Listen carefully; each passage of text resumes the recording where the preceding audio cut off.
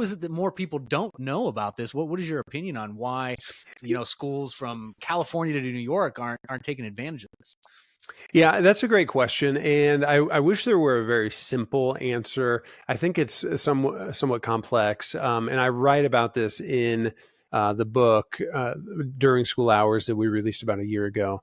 The history of it, the 1952 Zorach versus Clausen, that actually came amidst a long list of Supreme Court cases that all kind of went the other direction, right? As the Bible was being removed, as prayer was being removed from public schools. It was kind of just a blip in this kind of avalanche of the removal of God from the school day that to some degree kind of went unnoticed. And I think there's a dynamic that communities that were already, what happens at the Supreme Court sometimes is very upstream.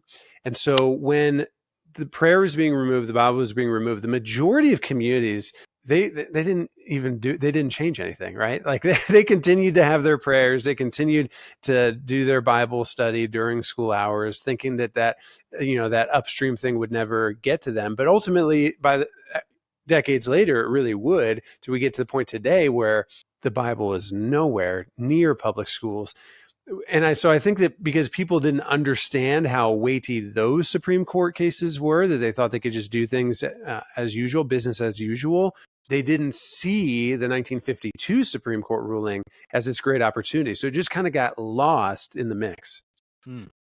Boy, talk about sleeping at the wheel, so to speak. How nobody thought that we would be where. Boy, if the people back then could have foresaw what was about to happen here in the 2020s, I think they maybe would have opposed those rulings a little bit harder.